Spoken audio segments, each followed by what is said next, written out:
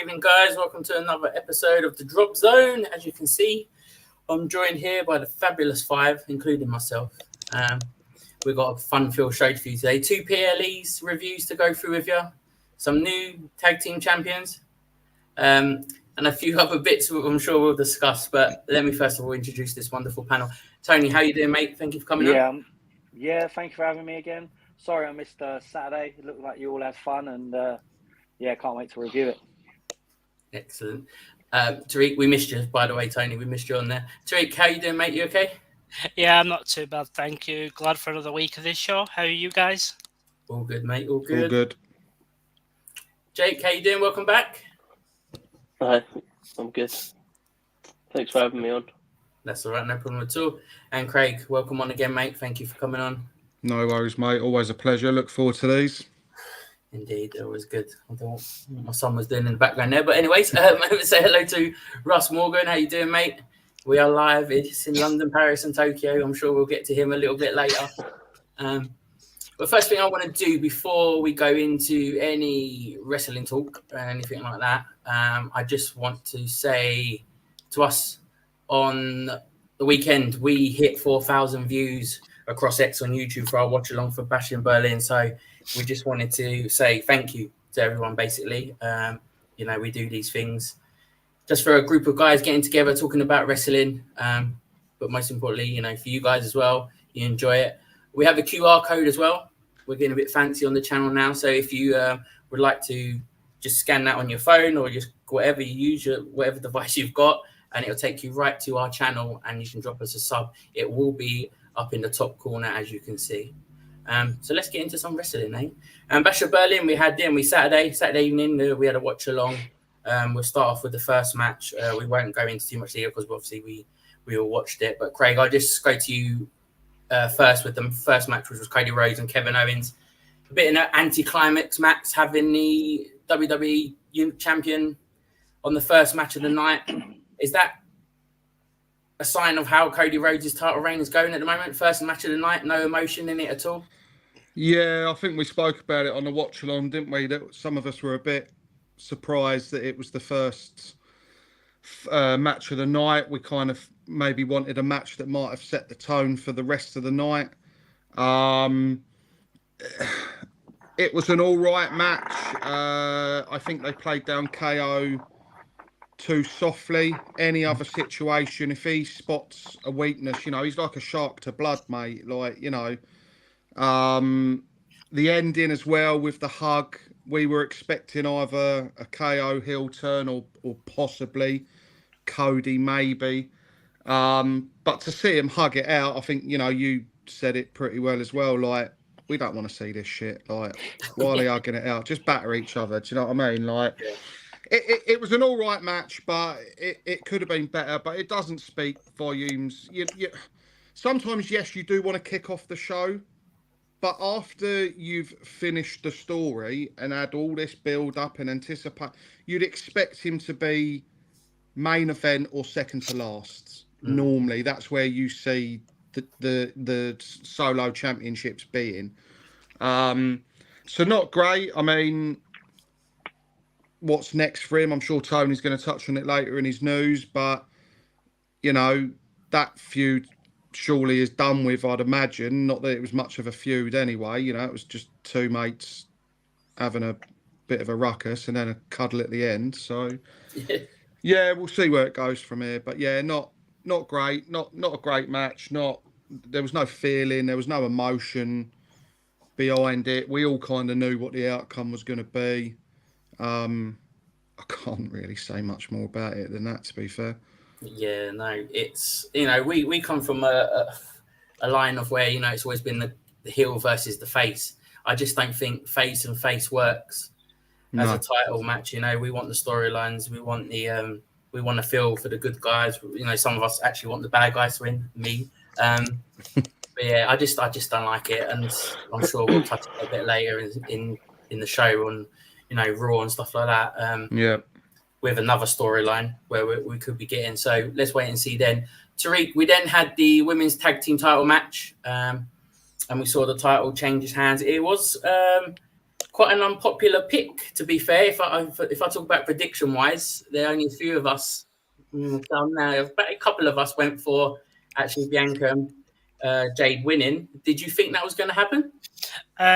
No, because as you can tell, I predicted the champions returning. I think that with the match, I think they're trying to get them on Raw as well, because I think are they all moving to USA Network soon? So if they're getting Bianca and Jade on both shows, so on, might work. But I sort of thought maybe they might have left it a bit longer for them to win it, or it plant the seeds of the eventual feud between them two. But with the match itself, it was really good because Alba Fire and Isla Dawn actually did pull the weight in this match, rather than like being a bit of a rubbish match. So it was good in that case, but I didn't expect them to get the titles, because now that storyline of them slowly, the first seed's not going to happen very soon, because I think they'll hold on for a while.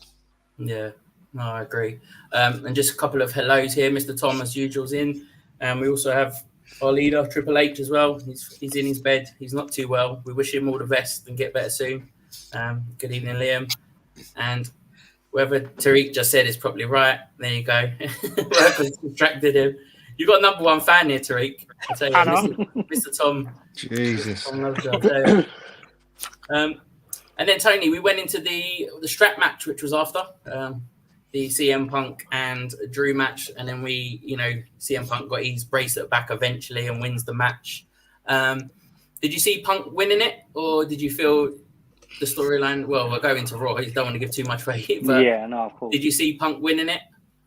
No, because I wanted Drew to win, if I was being honest. But then the match was a good match. I think that it made perfect sense, because obviously then it builds up for what could happen and what will happen more than likely. I didn't expect him to win, like I said, but he hadn't won a pay-per-view match at WWE for like 10 years or whatever it was.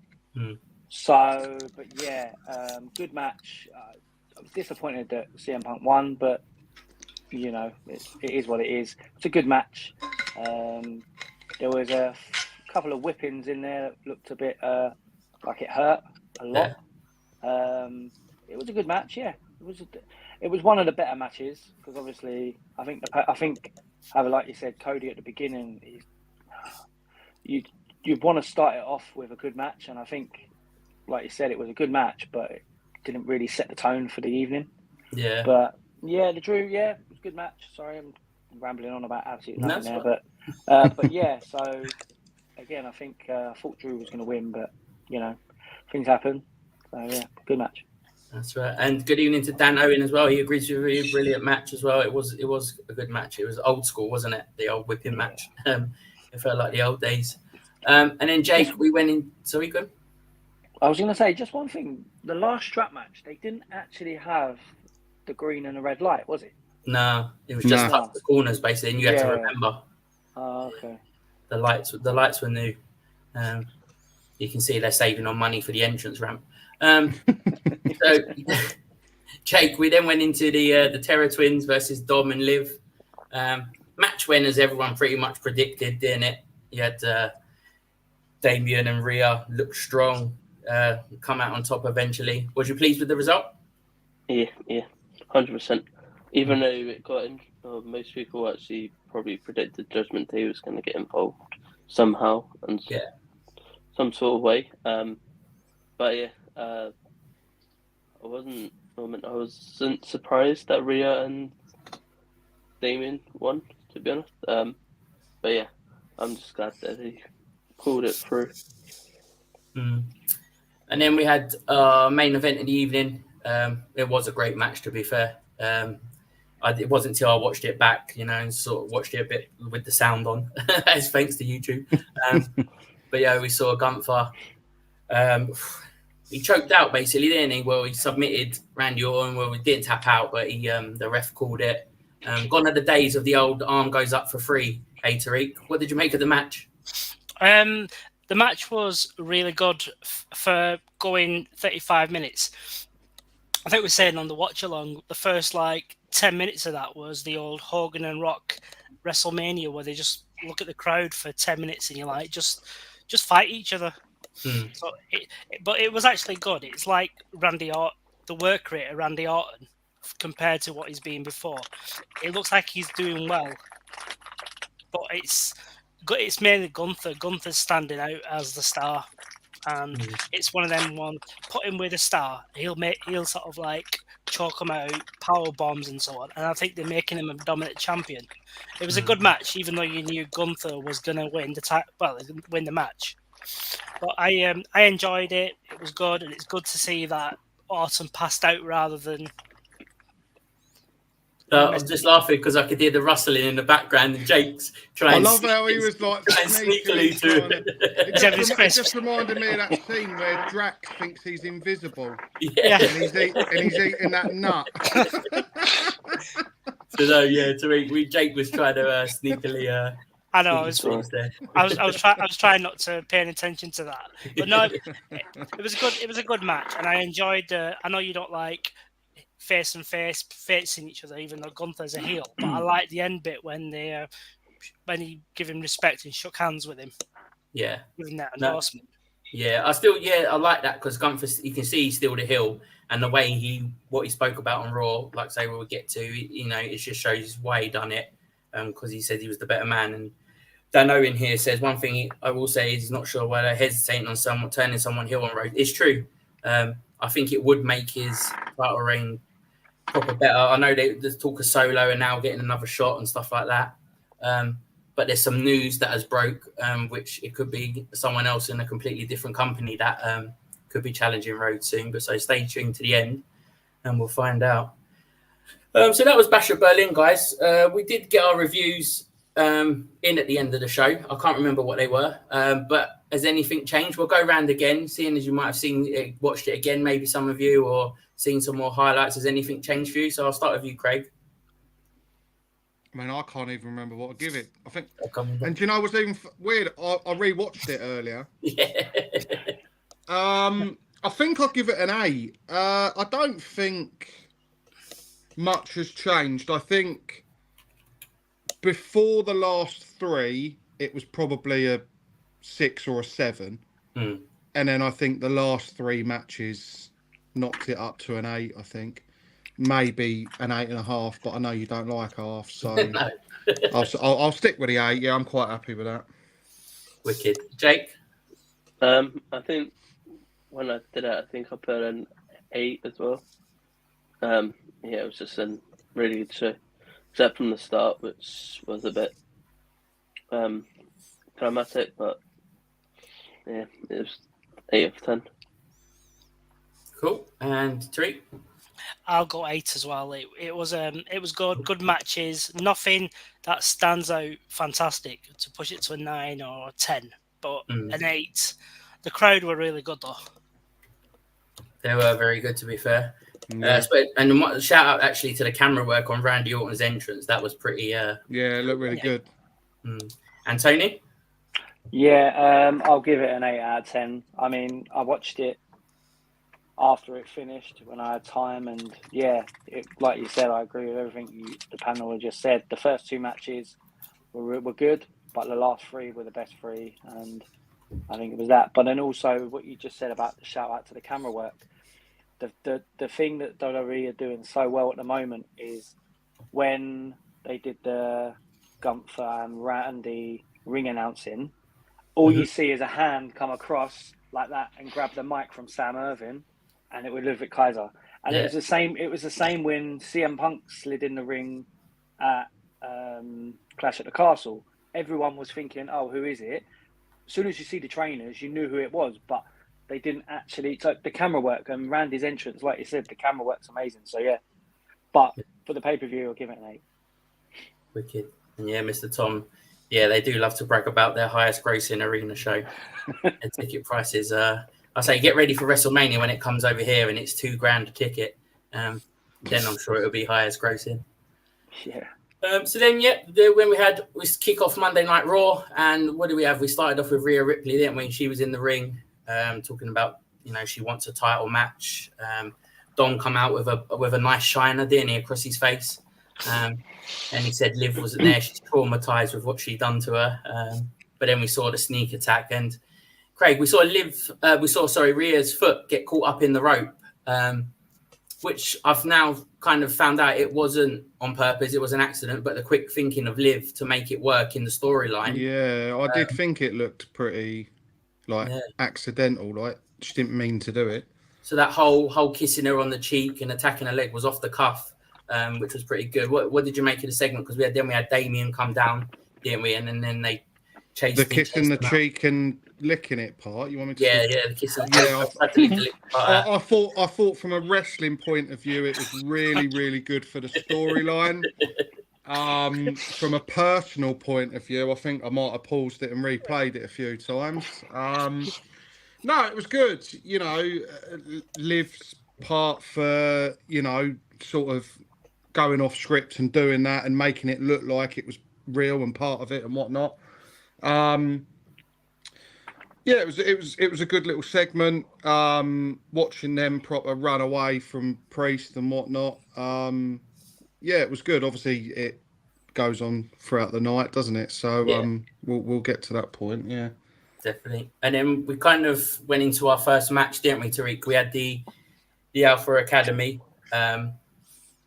They had a match with obviously American Made.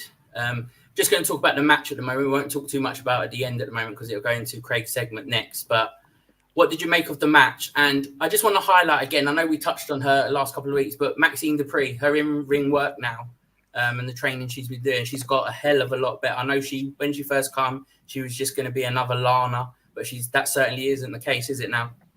No, and that's what I was thinking with this match when I was watching it on Tuesday morning, that the way when she got a hot tag, she's proper intense as well, rather than being that manager thing. She looks like she's a proper wrestler now. So she did really well. I mean, you got Otis and Tozawa who do really good moves and everything, but whatever training she's had, whether it is with Gable or whoever she's been trained by, she's got really good potential to possibly, if they bring in like an intercontinental title or so, she might get like a shot in there or somewhere. She's got a chance. Yeah, no, she has got a chance. And it'd be good for her as well, to be fair. She's, like I say, she's not the worst wrestler on that roster at the moment. No. She's got a lot more talent than a few of the superstars who we see on a weekly basis. I won't name no names because I don't want to hate on anyone. And then at the end of the match, we had Chad Gable, who wanted to speak about the Wyatt Six, which is going to lead me into Craig's segment now. It's a little bit earlier than planned, but that's the way the show goes at the moment. So, Craig, I'm going to take it over to you, mate.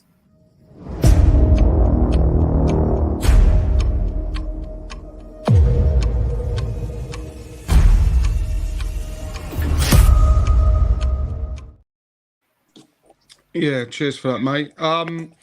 So I just wanted to sort of dive into Uncle Heldy's sort of message promo that he came out and did, and then touch a little bit on Nikki Cross's tweet, which Jake kindly alerted me to.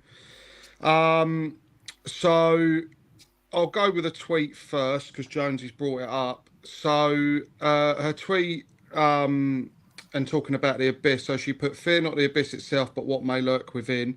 Sort of ties into Heldy's message that he had. The abyss symbolises the unknown, and the Wyatt Six have monsters lurking within it. The Book of Sick, Nikki's mention of the Book of Sick could be like the Book of Life, listing those that marked for destruction. Who else is in this book? We then got Heldy, and obviously him coming out and doing his promo and his message, to which he said, 375 days, my sanity crumbled, my path is in the void now. The silence is deafening, but I can still hear it. My life is no longer mine. If this is the path you've chosen, who am I to deny your undoing? You gambled your very being, and we will collect the debt. So I kind of just wanted to touch on little bits that he said and sort of rumours that are going around and what they could mean. So the void and silence, the void represents deep emptiness and torment, like the abyss. It might symbolise Uncle Heldy's inner torment, or possibly an encounter with something terrifying.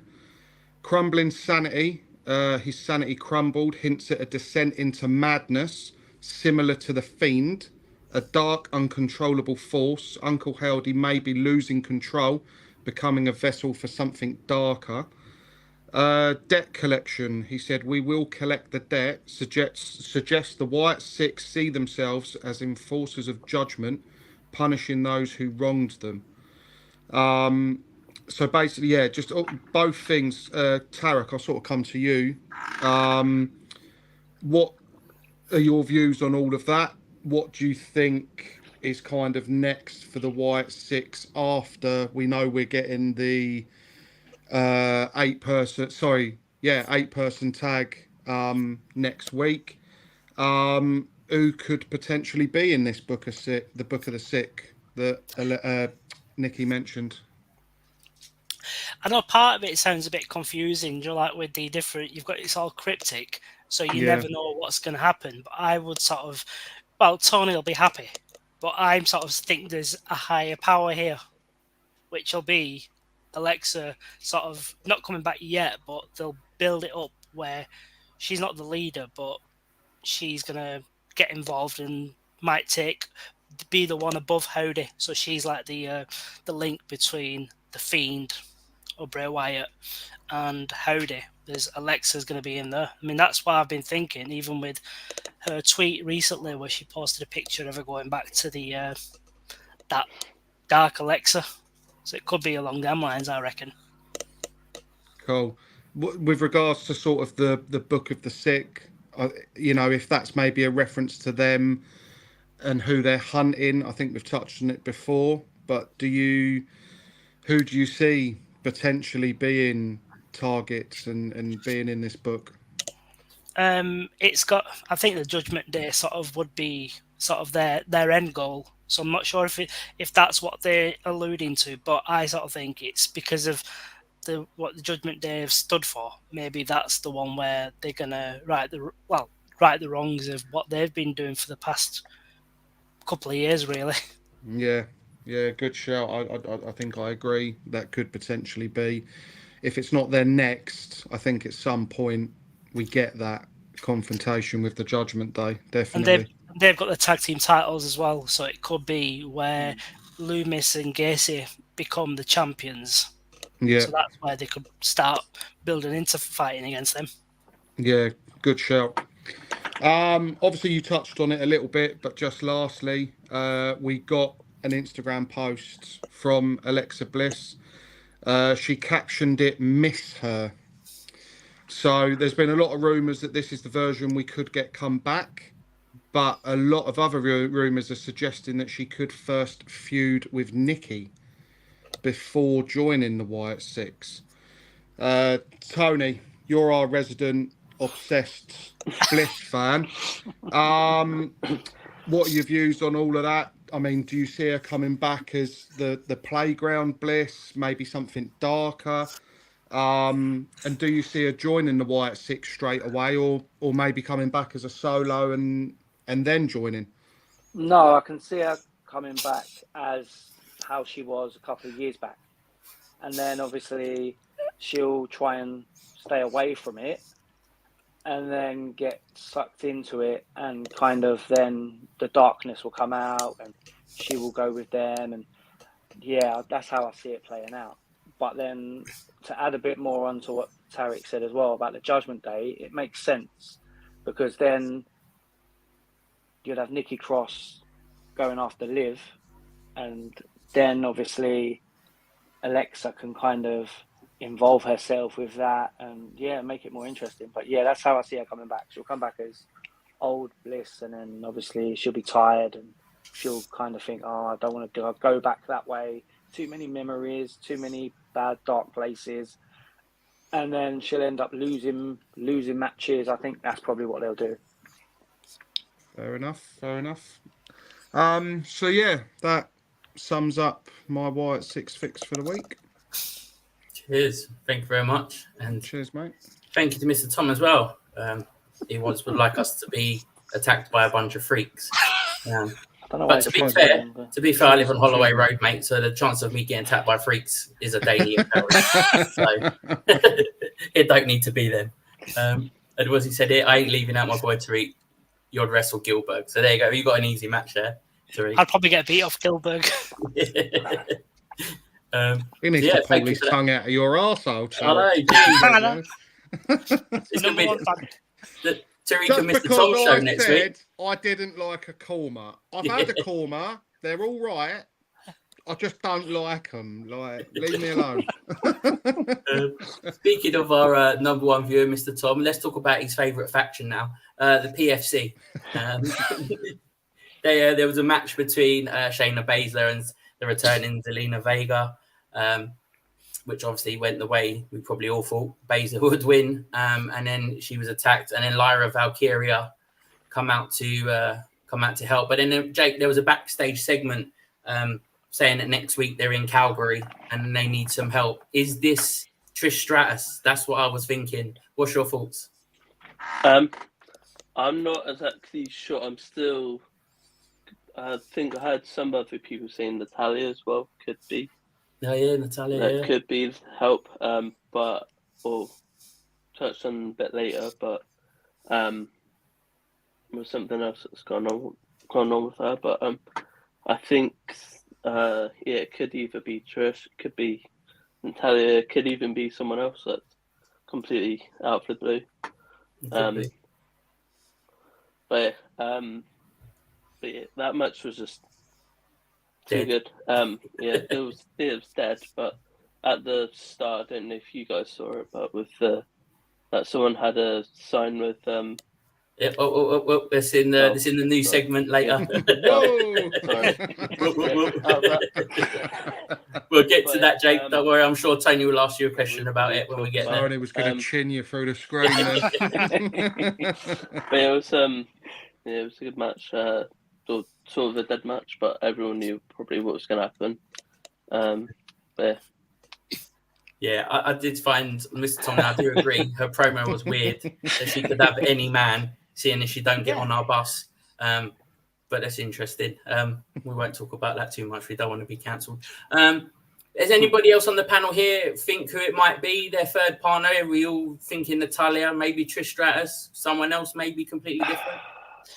Maybe it's Martha. She's forgiven WWE and she's coming in as the third member. Or Bruce. Might be Wendy at this point. It's Natty, isn't it? It's got to be her. It's got to be Natalia. Surely it's got to be, yeah. I can't see that's what I thought. Anybody else. So we'll see who that is next week. And then next we had the promo, CM Punk. He was at ringside, saying that he wants to challenge Gunther now for the world title.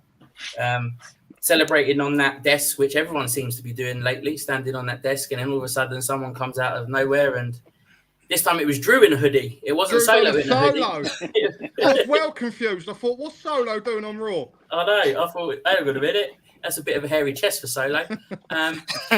And then we saw the brutal attack in the ring. The bracelet was broke. It was shoved down his throat. A claymore as well for good measures. He lost his Jordans as well. Craig, what did you make of it? It was quite brutal, wasn't it? Yeah, it was good. It was proper seeing Drew just, snap because things didn't go the way that he wanted it to at Bash in Berlin. There was proper hatred behind it, breaking the bracelet, ramming it down his throat. I mean, I hope Punk washed it after being down Drew's sweaty bollocks at Bash in Berlin, because otherwise that would have had quite a tinge to it. Probably tasted like korma. Yeah, I thought it was a really good segment. I think we're all in agreement. It's setting up for Bad Blood. Potentially the room at Hell in a Cell, which, we've still got a few more weeks for that yet. This is going to get, Punk's going to retaliate. It's just, we're getting what we were asking for, sort of like for WrestleMania, the build up with Drew and Seth. We didn't get it. And this is kind of what we're getting now. We're getting that build up. I mean, for Bad Blood, they better cut the coldest promo with a bit of Limp Biscuit or something in the background, that sort of caliber, because it's kind of got that feel to it. You know, the Rock and Stone Cold and their feud, and I'm enjoying it at the minute. Like, it's one of the key things I'm looking forward to besides the Wyatt stuff. Yeah. Seeing this CM Punk and Drew rivalry and promos they're both cutting, it's really good at the minute, isn't it? So. And Tariq, would you say this is probably the best storyline they've got going at the moment? Yeah, they have, and it's one where you could sort of see it finishing at Bad Blood and whatnot, but you could also see it being one of them ones where they could go for this for a year or two, because it looks like it's a believable beef with them, even though you probably know it's not. The way they're actually, from the very start, the Rumble and everything, where he was like at the cemetery and said he'd killed Punk's career and all that, the way it's built, it's been really good, and I think they will. It's one of them ones where you think it's not over in about 2 months. It's been going for like nearly the year. Yeah. So that's why it's really good. And the bleeding part was good for getting them to the Hell in the Cell, if that's what's going to happen. Yeah. And they need a proper, or both bleed during the Hell in the Cell match or whatever it is. And then, but I was thinking as well, it would have been good if Drew would have won the strap match, a 2-0 being cocky. Yeah. Yeah, but I think this is one where it's good because he's snapped. He's proper gone, like, I've had enough. Yeah. And it builds. And shoved it down his throat as well for good measure, didn't he? I kind of want to see like a First Blood match, something old school at the, at Bad Blood. I think it needs to happen. But yeah, I don't know how that will go down. I was sort of thinking of 3 Seasons of Hell. Yeah, could be. Yeah. Like an old Punjabi prison. Bring back the buried alive match or whatever. That's Mr. Tom's takeaway for anybody who didn't know. But yeah, no. If let's just see what Mr. Tom's saying here. If Drew truly wants CM Punk's career, just book a wrestling show. There you go. Yeah, there you go. I should have read it as well before. That's Mr. Tom for you. But no, it's a great food at the moment, and it's what I'm tuning in for. Tony, just one last piece on this segment. Do you think we see CM Punk out now for maybe a couple of weeks just to build that storyline, because it makes it more believable, more tension if he's injured and out for at least like a week or two? Yeah, no, I agree. I think WWE kind of loves suspending people on a Friday and then getting back to work on a Saturday. It's like, so you want them to kind of prolong it and kind of build the anticipation for the comebacks, basically, for what Drew or what CM Punk will do. I think a break is not a bad thing. It just, again, makes a storyline a little bit longer. I think we got literally a month today. I think he's Bad Blood. I think it's the 5th, isn't it? Yeah. Or 6th, something like that. So I think we've got a month to go. So what, we've got 4 Raws until then. So if he misses 1, maybe 2, it's not going to hurt it because they've got so much hatred. Oh. He's been cancelled. Technical difficulties. There he is.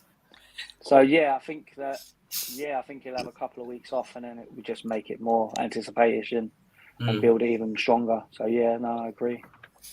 Okay, and then Jake, we then went into the Intercontinental, one of the triple threat matches. We had Dragunov come out on top after Dominic was attacked by Damian Priest, because obviously Carlito got himself involved. What did you make of the match, mate? And was you glad to see Dragunov go through? Yeah, I'm guessing most people would have wanted him to win. Even though with the stuff with Dominic, I would have thought he might have cheated his way to win it somehow.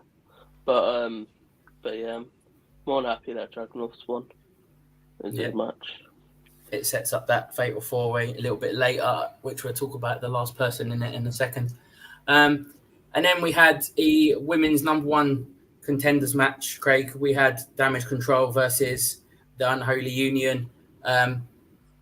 Main talking point, I would say, is Kairi Sane's eye injury, which looked at the time on Raw live, it looked pretty nasty. It looked like she had lost her eye, basically. I thought it was hanging out at one point. Yeah, at one point. And then you see her smothering the blood all over her face.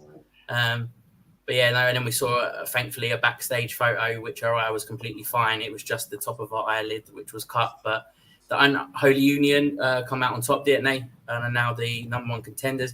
It's getting a bit stout, but like I say, we've mentioned time and time again, there just isn't enough women wrestling teams at the moment. Yeah, I don't know about the outcome of that one. Like, I think I quite would have liked it to be Kyrie, and just to mix it up a little bit. Yeah. You know, just to change it up. But maybe they just want to continue this ongoing thing, you know, with Belair, Cargill, and the others. I just would have mixed it up a little bit personally. Yeah. I don't think there's any. I mean, it was kind of predictable, but you wanted a different outcome. So yeah, just to mix it up a bit, make it a bit more interesting, give them someone else to defend it against. Yeah. Instead of the same two, you know, it seems to go back. Wouldn't surprise me if they bloody win it back. Yeah. And they just keep going to and fro and like mix it up a bit. You've got other female wrestlers there that are begging for an opportunity, but then again, it's that old thing we were saying about just chucking teams together for the sake of it. But you'd like to think that the three that were mentioned earlier with a stupid name, two of them might come for it at some point. Yeah. But yeah, just mix it up a little bit. Have some different teams competing and being number one contenders. You know, they've literally just lost them. What was the point in the match? You might as well have just had the old rematch clause and saved that match. You know, like if that was going to be the outcome anyway, it just seemed pretty pointless, to be fair. But yeah, hey ho. I totally agree with you. It's just a bit stale with the tag team, especially the women's titles as well at the moment. It's in need of an injection of titles or an injection of something else. I do know they're bringing in a speed. I don't know. I don't think it's on anybody's news, so I'm not ruining anything here. They are bringing in a women's speed title, which is completely pointless as it's not even an actual belt. We never see them with it unless you're watching speed. So they could have done something else completely there with the women's, but they've chosen that route. So we'll see what happens. Tariq, we then had a surprise, didn't we? We had Sami Zayn come out to challenge Gunther for the title. As far as we were talking last few weeks, we know Zayn was not around. We thought he might be injured and so on, because obviously he was supposed to, him and Jey Uso were looking likely to go after the tag team titles, but it seems like someone in creative has turned that plan on its head and trying to go this route now. Again, though, a recycled storyline from only a few months ago at Mania. Is this what we got at the moment? I'm not shitting on it, don't get me wrong, but it's just style, isn't it? To be honest, I think it's sort of what's needed at the moment, because there's no one there to actually fight Gunther, because his next challenger should really be Damian Priest, but he's got his own problem at the moment. So it's like that. It's like a small program they're going to have for one pay-per-view where the only blemish on Gunther's record was the WrestleMania title defeat. And with Sami Zayn talking about beating him for the title at Mania, it's one way if they want Gunther to be a dominant champion, like I mentioned previously in the Bash in Berlin review, that he's got to get rid of that one mistake on his career. And if he beats Sami Zayn easily, then it's one of them ones we can say Mania was a fluke. I'm still the best wrestler in the company, and I'm a dominant champion. So it's good for one pay-per-view. The way I'm looking at it is we're going to get Bianca and Unholy Union tag team title match again. We're going to get Cody and Solo again. We're going to get Sammy and Gunther again. That's the way I'm looking at it, and I just feel it's a bit. There's other people, there's other opportunities there that, you know, could be happening. The Randy and Cody stuff could be happening. So I was just seeing it from obviously that perspective. I just think they're doing the Sammy and Gunther to have Gunther finally beat Sammy, the one person that beat him, to make his title reign more dominant. Yeah. But they could have left that a bit longer and had other people, it's like, are they forgetting all the other superstars out the back? Like, you know, I just, like you said, yeah, it just seems recycled. It only seems a short time ago since WrestleMania, although, you know, we're now in bloody September, but I don't get it. Like you say, like, you know, with the others as well, you know, mix it up a bit. It's the same with the women's tag, you know, like we said, mix it up. Yeah. Get other challengers involved. Yeah, no, I agree. And Mr. Tom as well. I do kind of agree with that because it does seem to slow down when NFL kicks off because that is obviously the number one sport in America. So that takes precedent over everything. By the way, just shout out to the new commentary team on Raw as well. I can't pronounce his name. If someone knows it. Trebel's. Yeah. Oh, what the? I wasn't going to do it. I don't care. No, shout out to Dave. I thought he was pretty decent. Yeah, something like that. Yeah, Joe. He was pretty decent on the mic. To be fair, it felt like he was. He'd been there for ages. It didn't feel like it was his first night on Raw. To be fair. Yeah, he fit in well. Yeah, he really did. And then Tony, we went to the other Intercontinental Triple Threat number one contenders match. Broken Braun come out on top. Is he just was taking the place of, obviously we found out the news earlier that Bronson Reed had COVID, sorry. So was it just taking his place for that? And then obviously Bronson Reed will obviously, I reckon, is it the match next week for the title? The 4-way, so I don't know how they're going to work that around there. Maybe Bronson Reed takes his place, but would you surprised that he won? Yeah, I was really, to be honest. I mean, I understand that he's took his place, and I think at short notice they've kind of not changed it or changed any of the plan. They've just put him in the place. But to be honest, Sheamus has been doing really well, so could have seen Sheamus go through to the thing, and it would have made sense though, because if Sheamus did go through, he's actually fighting against Dunn in the 4-way thing. Do you know what I mean? Yeah. So, but again, like, Dunn come out and done what he done, and that's living up to a match for them two. But yeah, I was a bit disappointed, to be honest. I mean, I think it just like I said, they've just thrown him in there, and it's not really not much fault to it. He got injured last week. He had to go away in medical care. He gets strapped up, and then he wins a match against two of your strongest wrestlers. It makes no sense. It does. Yeah. Again, we're not saying anything bad about WWE because they've been so good for so long, but sometimes it just doesn't make sense. Sometimes they think we're a bit stupid. Do you know what I mean? Yeah. And people can miraculously heal overnight or in a week. And then, Jake, we come to the main event of the night. We had Jey Uso and Damian Priest versus Finn Balor and JD McBighead. With obviously Damian and Jay coming out on top, and then we saw to close the show they were all yeeting away. Shout out to Jay's side eye to Rhea. I don't know if you guys notice it in the ring. Yeah, proper giving her the look. Rikishi won't be happy with that. What did you make of the main event, mate? Hey, it's pretty good. Yeah, really good.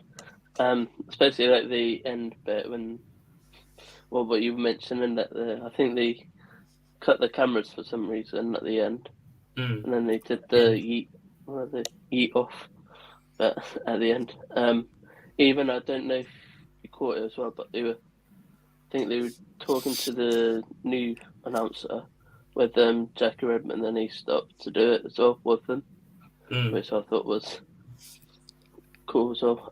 But yeah, the match was just insane altogether. Yeah, with Rhea attacking Liv with the crutch. Still wobbling on her feet, but she still pulled it off somehow. Yeah. And then the finish was pretty good. Yeah, Craig, she pulled out the old I'll come out hobbling, and then all of a sudden I'll stand up straight. But then she remembered she was injured. She was actually injured. Yeah, I expected her to just charge forward, but then she was like, "Oh no, actually, I've got to play this off a little bit." She did catch Liv, didn't she, with one of the crutches? And if you saw, caught her right on the back of the leg. To be fair, so that'd be a nice bruise. But obviously, at the end of them all yeeting, obviously TNT as usual cut the cameras off. But you have to go on WWE and watch the rest of it. But is there anything in this Damian Priest, Jey Uso, maybe tag team title shot? I don't know. Hope not. Not really. I don't know. I don't think it needs to be, because I think it needs to focus more on Finn and Priest. Yeah. For Bad Blood, rather than Uso and Priest going after the tag titles. I just don't think it makes any sense. Like, that surely was just more Rhea asking. He's not saying no to Rhea, because let's be honest, who would? I think it was just that sort of one-off. Yeah, they look good together, but it wasn't. I don't think there needs to be them two going after the belts. Yeah. It needs to be focusing a bit like on Punk and.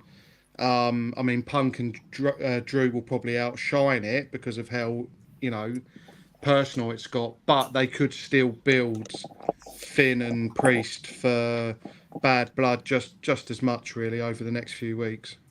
Yeah, no, absolutely. And Mr. Tom, we wanted Zayn and Jay for the tag team belts. Yeah. I think they might still have to. I don't think Jay's going to win the Intercontinental title. I don't think Braun's going to lose that anytime soon. But we'll see. We'll see what happens. They seem reluctant to pull the trigger on Jay at the moment, even though he's the highest. Is he the highest grossing sales merchandise at the moment? He's obviously doing pretty well in there. The fans love him, so it'll be interesting to see what they do with him. So that was your Monday Night Raw. As you know, we go around and grab a rating off everyone. So, Craig, I'll go to you first, mate. I'm probably going to go with an 8. I think it was good. It was up there, I think, with kind of what we got at Bash in Berlin. The Punk and Drew promo was really, really good. Yeah. The Rhea, Jay as well, backstage, all of that intertwining. The match was pretty good. So, yeah, I'd say a solid 8. Wicked. Jake? I would say it's solid 9 out of 10. Yeah. Yeah, it was all good all around, really. All good. Wicked. Tariq? I'd give it an 8 as well. It was good for the next show after the pay-per-view, so it was decent. It wasn't fantastic, but an 8 out of 10. Cool. Tony? For me, everyone likes something different about wrestling. Everyone watches it and likes things differently. But for me, I think I'll give it a 9. I really like Dragunov. He's a star. He's absolutely amazing. During his match, I was watching and I was like, he could be fighting Gunther in a couple of months. That would be an awesome match. So for me, a 9 out of 10. Wicked, thank you. And I think, I'm sitting in between an 8 and a 9. I'll go 8.5. It was a solid show, to be fair. Especially like Tariq said, after a pay-per-view, it can be a bit dangerous with a Raw and stuff like that. But they actually did quite well. So yeah, guys, that was your Bash in Berlin and Raw. Tariq is now going to give us a review of No Mercy.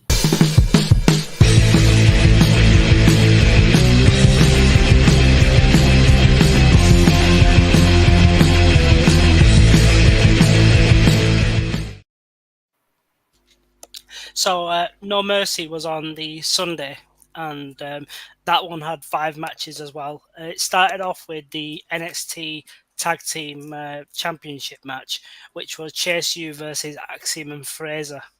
It was one of the matches where it showcased quite a lot of the talent, what they're good at. Ridge Holland was a star. He pulled some good moves where he caught one of them, Axiom, in the air and did a jackhammer move. And also where he actually did catch both of them. They tried to do a dive on him on the outside. He caught both of them while they were flying through and threw him over the barricade, which was impressive. And then Chase U, Andre Chase was the star. He was hitting Spanish flies into Tiger drivers, Doomsday devices, and the move they do was a power bomb into a backstabber. So they had that move. And it was close fall, but the winners were Axiom and Fraser, who won by the finishing move was a Spanish fly, followed by a Philly splash, which was quite good to see for a tag team. And after the match, they had gone, and Chase U had a little huddle in the middle of the ring. But as soon as Duke Hudson and Riley were about to leave the ring, Ridge Holland turned heel on them. He pushed both Duke and Riley into the barricades and the steps and gave Andre Chase a clothesline and then a DDT on the outside table, which was, I think the table was supposed to break, but it didn't. The crowd in that one, the crowd were shouting one more time, and for Andre Chase, who's one of the stars of NXT, it was funny, but it was logical that Ridge turned heel on him, and so it was an amazing match. So it was put like solid. Everyone put a solid effort in. The near falls were believable. The suplexes were awesome, but the heel turn, it was done really well because you didn't expect it, even though Ridge Holland is a bit of a hothead from his Brawling Brute days. So the way they did it was really good. Then they went on to a grudge match between the former MSK tag team partners, Wesley and Zachary Wentz, who's the TNA X Division champion. This was a very fast-paced match, and they were like doing lots of high-flying moves like dragon screws and snap Germans. Zach Wentz did some sort of thing, some moves like Jeff Hardy once did, a whisper in the wind and a swanton bomb, which was fantastic. And then Zach Wentz kicked out of Wesley's. He's got like a finisher, a cardiac kick, which hardly anyone kicks out of, and he kicked out of it. And they had a fight on the outside. And the funny part is, Wesley gives Zach like a roundhouse kick, and he sort of stumbled back into the announce table, and the announce table broke. He just fell back slowly in slow motion, like a sack of spuds. Put himself through it. Yeah, and I don't know, maybe because the match before where Ridge Holland tried to do the DDT, it didn't break. I just thought maybe it's one where it was supposed to break, but it didn't.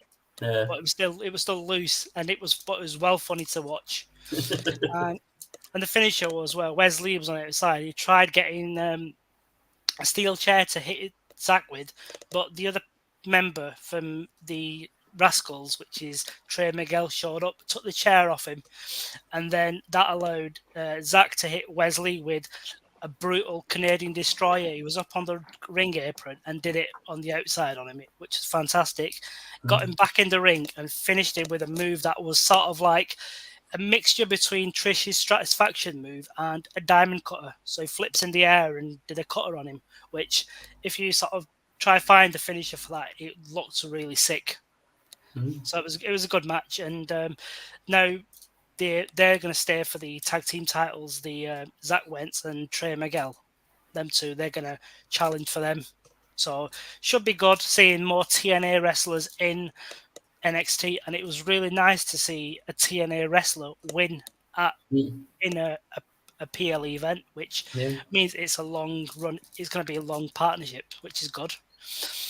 Next, we came to the NXT North American title match, which was Kalani Jordan, who's a really good star, versus Wendy Chu, who looks a bit like Lily from Alexa Bliss's little doll. Looks like her. With the match, the crowd weren't really into it. They were into all the other matches, but this is what I think you guys call the toilet break match. They were trying good moves and so on, like they had flatliners, that tree of war thing under the thing, moonsaults, and Kalani actually did like a Dolph Ziggler's zigzag move as well. So they were trying, but because it's really silent, it was one of them ones you think, this has got to be a crap match, but it wasn't. But because there was not much in NXT doing it, so it's like crowd interaction, it just made it a bit rubbish. But Wendy did some good moves, which were like, she did the Undertaker style, where he's dead and he does a sit up.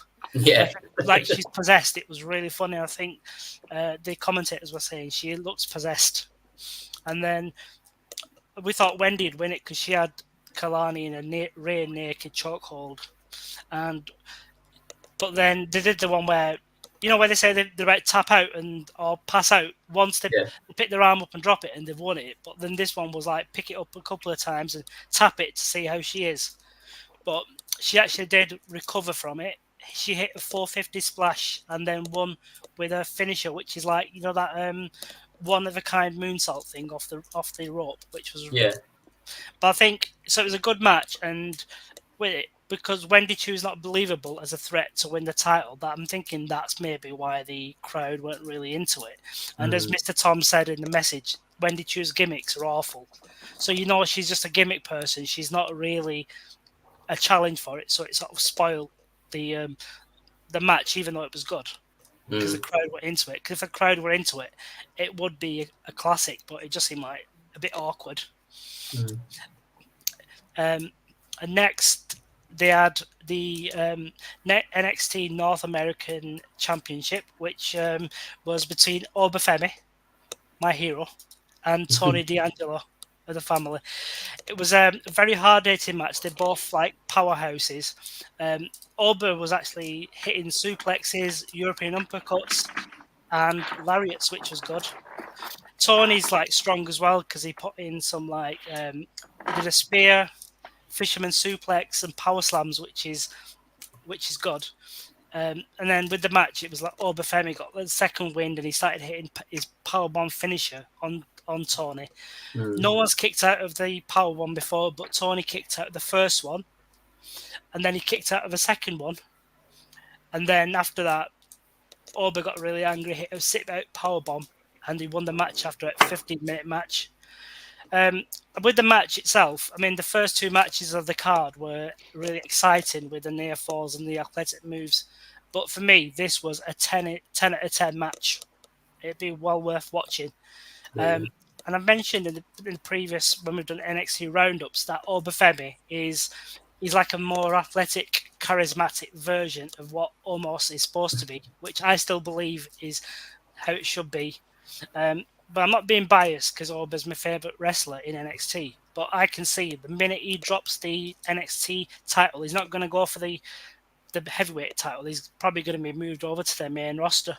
Yeah. Because Wimby's like 6 foot, I think 6'6" or 7, and he's over £300, but £300. But he's really athletic as well. So it's something where he could be like not the face of the company, but he could be really good. Did I mention it was a 10 out of 10 match? Yes, you did. I'm sure Mr. Tom is telling us as well. But it's really good. I mean, like Mr. Tom's put on. I'm not going to spoil it in going to the show and everything, but he said a comment against the NXT family where he said one of the women in the group, she should be seen and not heard. Oh yeah, I heard that backstage. He said something, yeah. But it's sort of thing you can get away with saying stuff like that nowadays. Yeah. So it's one of them ones where you think, let's just see how that goes. But he's probably going to fight with the family, or get sacked like someone else. I can't say the news in case it's on Tony's thing. Yeah. Right. And then we had Roxanne Perez versus Jada Parker for the NXT Women's title. I mentioned in a previous roundup that with Jada Parker, I didn't think she was that talented, and she's probably the female version of Reggie or whatever it was called. So she's a bit like that. But in the match, she actually did do really well. She's got some really good moves. She did some power moves, power bombs, spine busters, and so on. And with the match, the fans were chanting, "This is awesome," which was really good. Yeah.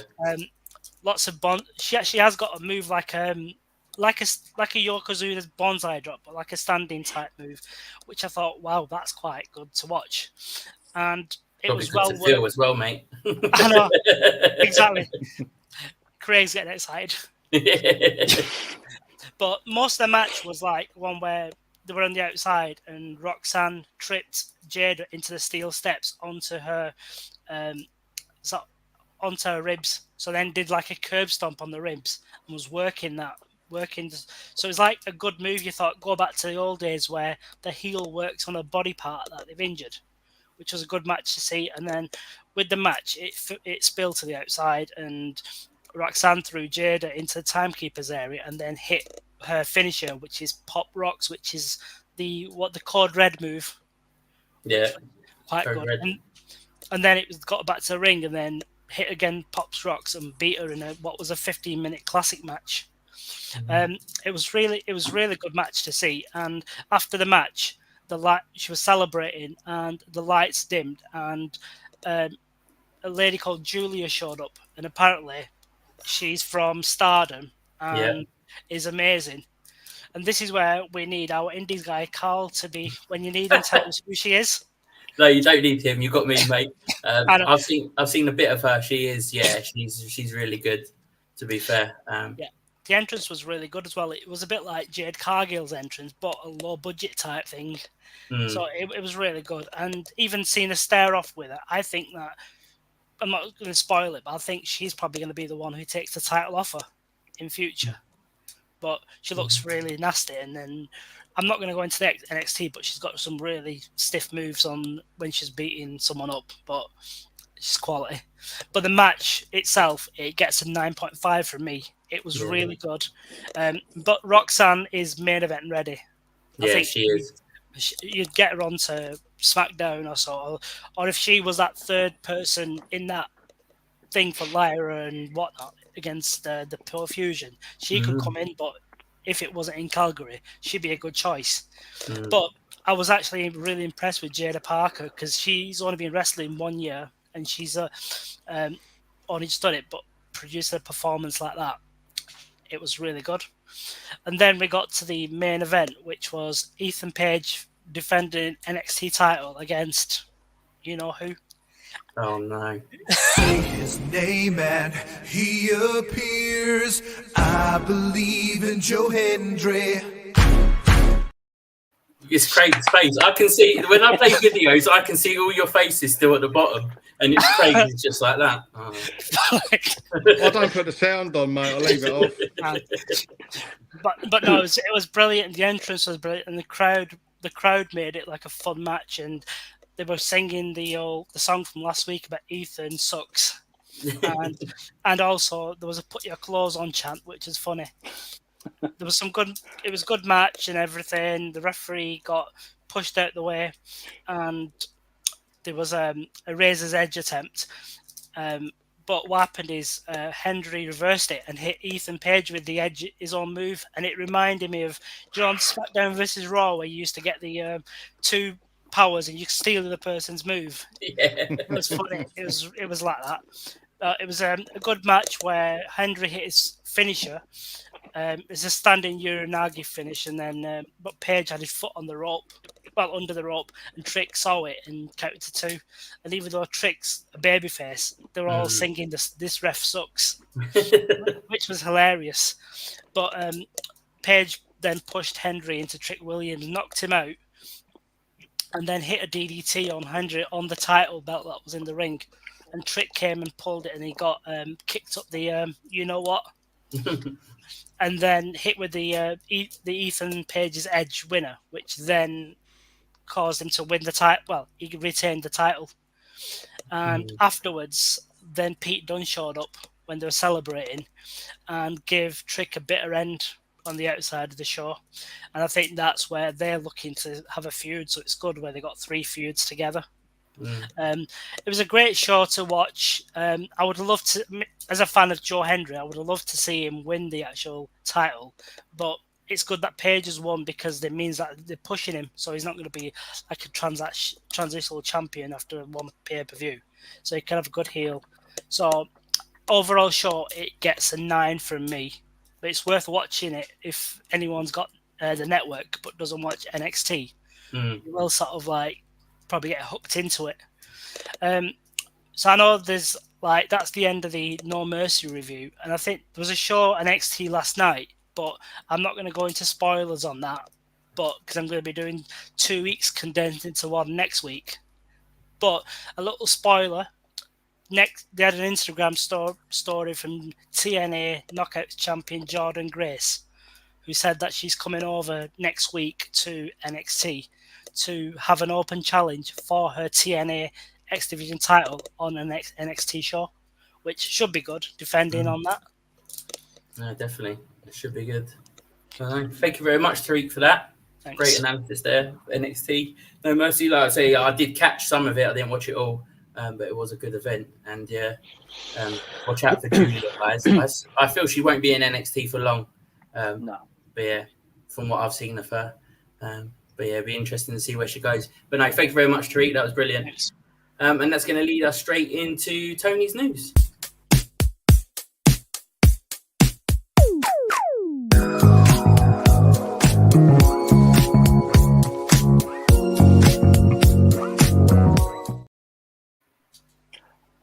Evening, everyone. I don't normally go off script because no one has any idea what I'm going to say here. This is a live thing, but about 5 minutes ago, there was just some news dropped that WWE are selling Titan Towers, the old headquarters. They just put a tweet out that it's being up for sale. So it really is start of a new era of everything. So that's on the market if anyone wants to buy an office block, you know. Maybe not with the history in that building, mate. I've just got an image of The Rock saying, "So I told Triple H to sell Titan Towers." Cheers for that, Mr. Tom. By the way, me and Craig are just here for. I'll just waste my fucking time. Yeah, cheers, mate. Cheers, mate. Fucking hell. I've just been sitting there watching. Next up, before Raw, WWE held a mandatory meeting for all of the talent. It was said that they need to be mindful of cursing on camera. There was no specifics regarding of what or who, but they were overall told to stay in their lane, as the company is technically still a PG programming. So obviously, when it goes to Netflix, we could potentially see different on there. Next up, Bad Blood. Obviously, we've got Bad Blood on the 5th of October, so a month today. It's actually a new start time for us in the UK and America, obviously. It's at 6 p.m. Eastern time, which is 11 p.m. UK time. This is due to UFC 307 taking place on the same evening. So this way, the pay-per-view will finish up and the UFC can then go on air. So obviously, if we're doing a watch-along, lads, that's the one. We'll be fine with that. So it'll finish about 2 o'clock. So that'll be decent. Naughty. So, yeah, look forward to that. Talking about blood, we'll go on to the Bloodline next. The Bloodline didn't actually appear on Smackdown this week because they all went home to attend Afa's funeral. Sad. We have obviously sent our condolences out to them and the family, and hopefully see them back soon. Next up, Jake nearly spoiled it, but we're going to go through it. So obviously, some people on Raw that might have been eagle-eyed, like Jake, see that Selena Vega was walking down to the ring and she see a sign from a fan that read, "Michael Trinidad has the best seat in the house. Best seat in the house, never forgot." That's basically a callback to her dad, who's sadly passed away. So she see it, and she posted on Instagram after. She shared that photo, and then she took a photo with the fan as well. So nice little touch there, nice little touch. Lastly, on my news tonight is we were talking about Cody Rhodes, but the news come out, I think it was yesterday or the day before, that Cody Rhodes is set to make an appearance in an up-and-coming TNA taping. This is due to obviously the ongoing collaboration between WWE and TNA. Cody is also expected to have a major feud in the company. So it's not that they're coming over, he's going to them. So again, that will be very interesting who he will face. We don't know, so we don't want to say his name, but it could be. I'm not going to. Oh, yeah, fuck it. Say his name and he appears. I believe in Joe Hendry. You blame Tony for that one, mate. Again, that was completely off the cuff. We didn't plan that. I'm just waiting for my moments. That's cool. Yeah. That's one thing I meant what Tom said. I think. Oh, Moose, yeah, that's what you're saying. Yeah. I think it most probably would be hopefully. That'll be sick for over anyway between those two. Quite interesting, definitely. Yeah, I think that will probably be the biggest star they've got. Unless he's going to elevate someone else, don't know. But yeah, that's all from my news, guys. Thank you. Yeah. And just to welcome in Opala, he don't believe in Joe Hendry, so there's someone there for Craig. Blocking. Maybe I've got a fan now. Is it? And Mr. Todd, it better go to Joe Hendry. So we'll see. Tony, thank you for that, for the news. That was brilliant. You're also going to do On This Day as well.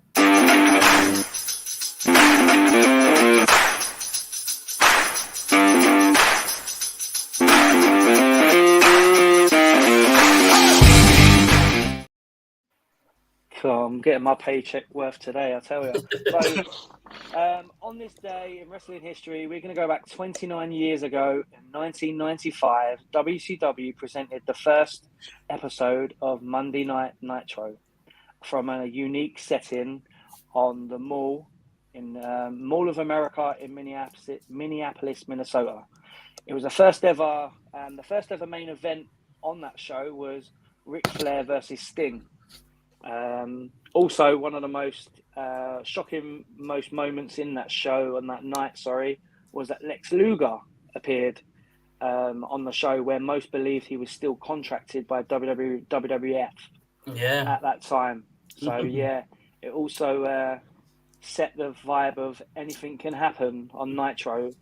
But then also in 2001, the main event in the 2001 March was headlined by the same two people that done the first one. They done the last one. So that was Flair against Sting as well, before company disappeared. Wicked. Cheers. Thank you very much, Tony, for that. Right. Double shift tonight. You're basically the Pete Dunne of us. So cheers for that. So now it's time. I can see someone grinning on the top of my screen. Let's talk predictions and the results. So let's start off. We had 3 full houses this pay-per-view. One was myself, which I've wavered challenging for the title because I can't do that to my tag team partner. The other was Craig. Congratulations. And the other one who was George, who's not on the show at the moment. But next week he will be on the show and there will be a question, which I've got ready. And the first person to be closest to the answer or get it spot on will be the champion. So this week, he is still the champion. I've got some notes here. Let me grab them. Hang on. I've got you a proper. Nice. God, he's going to be unbearable. So I'd like to introduce the longest reigning TRT champion, only 2-time TRT champion, and the first ever TRT tag champ with myself, who... And the first ever double champ, Mr. Craig Knighty and Mr. Jonezy. Congratulations, tag team partner, on your title reign. Thank you, fellow tag team champion partner. That's fine. And WWE have this precise moment updated their superstar roster. So there we go. We have a new picture. Which is now on there. And they've also included us as well, mate. Nice. Look at that. And this is some breaking news here. We've also got our own entrance music as a tag team. Are you guys ready? No. Here we go. It's time to play the game. Time to play the game. So there you go. Oh. That was brilliant. I've been holding that in. Not quite Motorhead. Oh, that's fucking done me. I'm fucking crying. There you go. Mr. Tom here, how are you allowing Knighty to assume a Kurt Angle-like resume? I'm not, mate. It's all legit. People send me their predictions anonymous. Exactly. So no one knows who they've got. I made it fairer. And there's a question here as well. Question for everyone here. If you could have anyone debut or return to WWE, who would it be? That's a good, nice question. We've got a bit of time. So if I run around everyone, Craig, I'll go to you first, mate. If you could have anybody return or debut, who would it be? Moxley. I'd quite like to see him come back potentially and see under Triple H's guidance what they could do. Yeah, definitely. Mr. Tom would like Joe Hendry. Don't worry, that's coming. Jake, yourself? Not actually If he has a few more years at a certain other company, I would say Edge. Edge to come back, yeah. Because I think he left during the Vince era, didn't he? Yeah, but I think yeah. And Triple H, he might be really good, hopefully. Tariq? Mine would be Moose from TNA. Definite possibility as well. And Tony? I'm going to Bliss. go with Alexa Bliss. Bliss. I knew it was coming. I knew it was coming. Everyone was thinking. Yeah. For me, it would have to be MJF, just for him to become to WWE. His promos, I can imagine him on that roster with the likes of Drew and, well, back with Punk and Cody Rhodes. I just think that would be gold, but I don't think he's going to leave AEW anytime soon, especially with a tattoo on his foot now of them. But stranger things have happened. Who would have thought we'd be sitting here and commentating on, well, not commentating, but talking on CM Punk's first win back in the WWE on a pay-per-view. So you never know. I'm just going to put this up one more time. There you go, guys. Whee. But no, congratulations to Tony. Not Tony, sorry, Craig. For the longest chain. You've got to make sure you hang on to it next week, mate, against George. Certainly doing my best. But, yeah. It's all luck, though, innit? At the end of the day. Come on, George. That's going to be. I've got a week. Come on, my tag team partner. I'll have to. Photoshop skills are a must. I'll have to get some tense music in the background, like the "Who Wants to Be a Millionaire" music playing in the background. But no, that's it from us, I think, tonight, guys. Craig's wants to have a word at the end of the show, which I'll leave to him last. So I'll just start by thanking everybody first and foremost in the chat. Mr. Tom, as always. Opala as well. I hope I ain't butchered your name, my friend. But no, you're always welcome back. Make sure you drop us a sub as well. The QR code's on the top there. Let me just show it again, just because my fearless leader might be watching. But there you go. Take a note of that, screenshot it, and then give us a sub, mate. But no, Tony, thank you very much for coming on tonight. Yeah, thank you. It's been great as always. It's been great. Can't wait till next week already. Excellent. And Tariq is just shutting the door. That news reporter. Do you remember the news reporter? Get out of the way. Tony's gone already. Hang on, he's back. That just reminded me, Tariq, just get out. But thank you very much for coming on, mate. Thanks for having me. Thanks for giving me little segment. And thanks for Mr. Tom for being my number one fan. Oh, Jesus. Tony, you might be worried here. Mr. Tom might become his new tag team partner. Oh no, he was Mr. Tom. We're going for the trio belts because he likes me too. So it's like Tariq go full BBC News reporter. We could be like Demolition, the Freebird rule. Yeah, he could. Jake, thank you very much for coming on. Thanks for having me. So about all my technical difficulties that I've run. That's all right, mate. You got to get a stand for that camera, though, mate. Yeah. WD-40's in the post as well. Yeah. And thank you. It's a good night. It's a good night for me as well. And Craig, over to you to see us out. Yeah, just a little, obviously, watch along on Saturday. We had a first numpty who wanted to make a little comment about grown men watching wrestling. And I just wanted to have a little say on it. Like, for us, it's more than wrestling. Since we've done this, we've all gotten on, we've all, bonded. It's not just about us coming on here and talking about wrestling. It's respite from whatever we've got ongoing in our lives. We all come together. It's all forgotten about. We've been on here nearly an hour and 20 minutes. So to anyone that thinks it's sad that a load of grown men are on here talking about wrestling, it's not just that. We've built relationships away from this. We've met up at games. We've had drinks. We've talking about family, life. It's more than just wrestling. So I just wanted to have a little say for any future little numpties that want to come in and watch alongs and think they're being clever by calling us out for something that we love and enjoy. Go and choke on a hobnob whilst watching Emmerdale, you fucking loser, is all I'll say on it. But yeah, thank you everyone. And on that note, good night.